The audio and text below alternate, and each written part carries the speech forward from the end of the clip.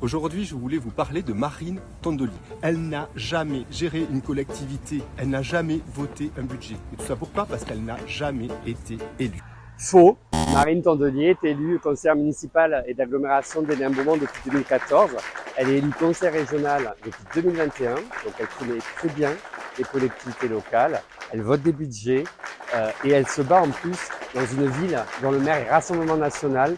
Donc elle est courageuse face au RN pour défendre nos droits, pour défendre les valeurs de la République. Toulouse est depuis 10 ans une ville plus verte, avec le plan 100 000 arbres porté par Jean-Luc Moudin. Planter des arbres, c'est essentiel, mais la question au-delà des chiffres, c'est où, comment et combien réellement au final. Où, dans quel quartier ils sont plantés aujourd'hui? Essentiellement dans des endroits déjà avec de la végétalisation existante et de nombreux quartiers qui ont des îlots de chaleur importants. Je pense à Bonnefoy, aux Minimes, aux Chalets. Nous n'avons pas assez d'arbres plantés. Comment ensuite? Ces arbres sont plantés souvent malheureusement en pot ou dans des fosses trop étroites.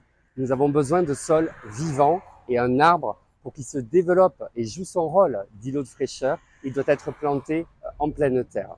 Et puis combien? On nous annonce des chiffres mirobolants de plantation d'arbres dont on ne voit pas toujours où ils sont plantés. Et pendant ce temps, des milliers d'arbres sont abattus par le choix de projets de la municipalité qui n'ont pas anticipé justement la préservation des arbres centenaires d'aujourd'hui qui jouent déjà ce rôle de rafraîchissement.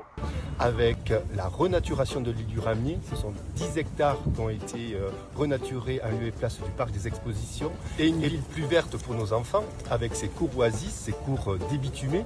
C'est 40 depuis 2014 et 70 d'ici 2026. Oui, renaturer l'île du Ramier est une bonne initiative. Mais ce projet est contrebalancé par la bétonisation galopante que porte la mairie.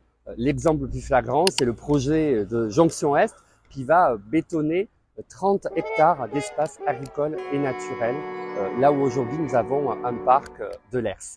Quant au cours oasis, la mairie se contente aujourd'hui à Toulouse d'enlever un peu de bitume et de mettre des copeaux de bois.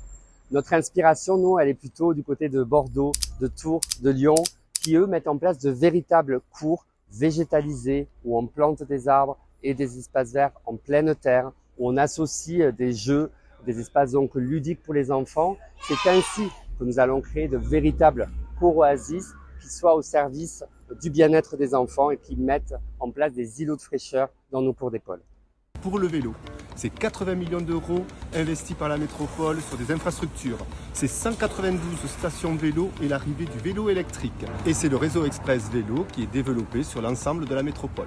Aujourd'hui, la réalité, c'est que le rythme de développement des pistes cyclables sécurisées est 4 à 6 fois moins important que ce qu'il devrait être chaque année.